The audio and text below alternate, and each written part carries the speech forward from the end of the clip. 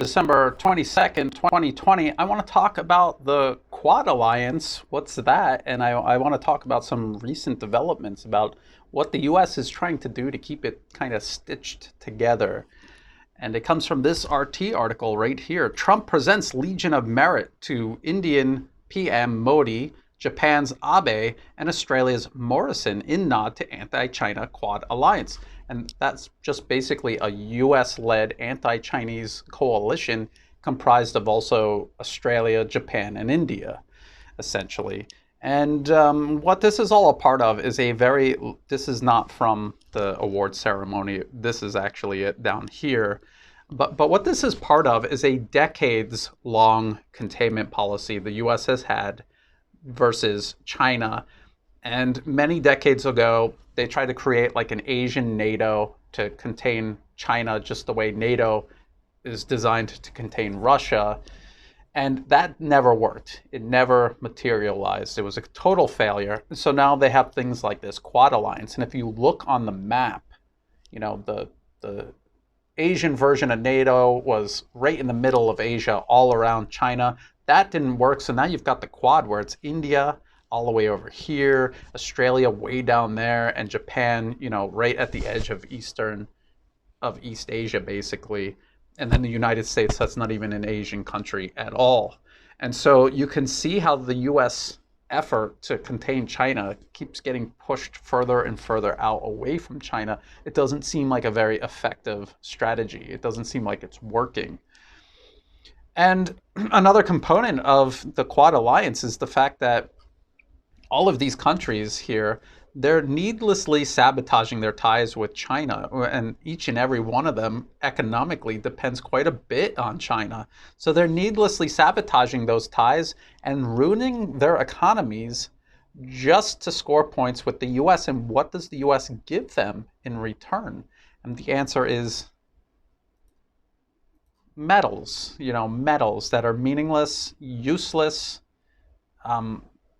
Can the people in each of these countries, India, Japan, and Australia, can they eat these? Can they exchange them in return for all the money that they're losing economically by sabotaging their ties with China? Is that what these metals are about? I wonder.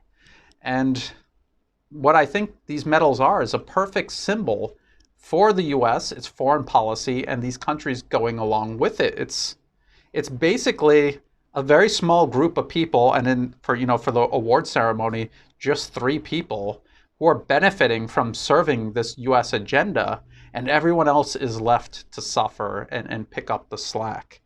And so I just think that it's a sign of what's going on. It's a sign of just how shaky the Quad Alliance is. And guess what? The US is already cooking up the next big plan to try to contain and confront China. And it includes the UK, France, the US itself, obviously, but then again, also Japan. So that'll be 3 out of 4 countries that are not even in Asia at all, not even close. And then just Japan. And people have to remember that Japan hosts tens of thousands of US troops. So, their ability to construct their own foreign policy is doubtful under those conditions, and it'll be that way into the foreseeable future. So basically, at the end of the day, the US containment strategy is not working. Countries going along with it are suffering. I think even in the Quad Alliance, though, you'll see that countries like India are kind of cynically taking advantage of it to get leverage over China, but they're not fully committed in they're not going to go to war with China, I don't think. And there's a lot of efforts to kind of fix things between themselves and China. And the same goes for Japan. And at times, the same goes for Australia even. It's just this most recent period of time, Australia has been really going at it hard with the anti-Chinese policies. But I think the economic damage is going to catch up to them, and they're going to have to adjust their policy. And there's going to be a time, because what's happening is as China's rising, America is fading. And what's eventually going to happen is that there's going to come a time where whatever the US is offering or threatening these countries with to keep going along with this, it'll be so vastly outweighed by what China and other countries can offer them instead. And that's when all of this nonsense will finally end. So that's that. Here are the ambassadors receiving the medals, on behalf of these leaders, because I guess they couldn't travel to Washington to get them themselves. Everybody's got their mask on because of the COVID-19 going on, and that's another, severe strain to everybody's economy. So does taking this medal and adding another reason for your economy to be suffering, is it worth it? And I just think that it's not. And I think the people in all three of these countries need to ask themselves about what's going on with their leadership. And I guess that could apply to the US as well. Anyway, for my patrons through Patreon who make these videos possible, thank you so much. I hope you're appreciating them. Please continue giving me your feedback. If you're watching this when I post it publicly, please like and share it if you thought it was useful. Subscribe to my channel because it really helps it grow. It's totally free to do, and I really appreciate that as well.